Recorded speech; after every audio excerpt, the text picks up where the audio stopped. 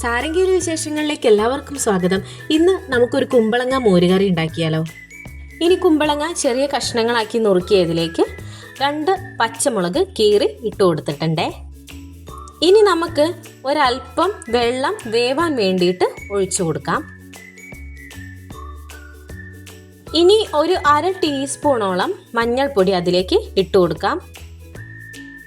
ഒരു 1/2 ടീസ്പൂൺ ഉപ്പ് ചേർത്ത് കൊടുത്തിട്ടുണ്ട്.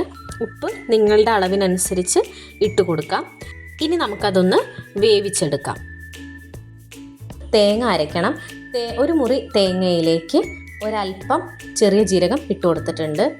ഇനി അതുപോലെ തന്നെ കുറച്ച് തൈര് കൂടെ തേങ്ങയിലേക്ക് ചേർത്ത് കൊടുക്കാം. എന്നിട്ട് ഇത് ചേർത്തിട്ട് നമുക്ക് മിക്സിയിൽ അരച്ചെടുക്കാം. അങ്ങനെ നമ്മുടെ കുമ്പളങ്ങ വെന്ത് വന്നിട്ടുണ്ടേ. ഇനി അതിലേക്ക് നമ്മൾ ചെറിയ ജീരകവും തൈരും കൂടി ചേർത്ത് അരച്ചിട്ടുള്ള തേങ്ങ ചേർത്ത് കൊടുക്കാം. തേങ്ങ നന്നായിട്ട് അരയണേ. ഒരു ടീസ്പൂൺ മുളക് പൊടി ചേർത്ത് കൊടുക്കാം.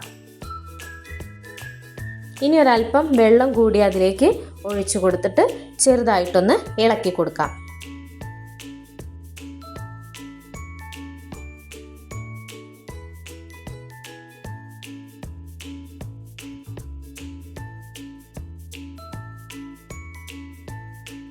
അതിലേക്ക് മോര് ഒഴിച്ചു കൊടുക്കാം.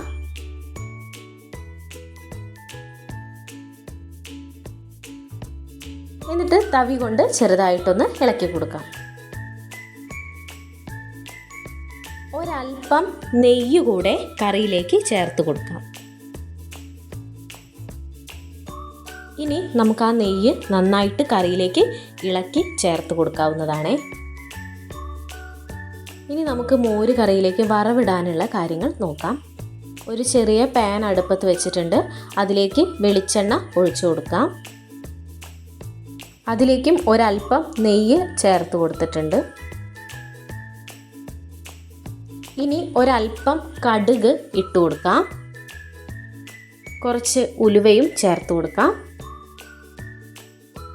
കടുക് പൊട്ടി ഉലുവയൊന്ന് മൂത്ത് വരട്ടെ. 2 ചുവന്ന മുളക്, ഉണക്കമുളക് കൂടെ അതിലേക്ക് ചേർത്ത് കൊടുത്തിട്ടുണ്ട്.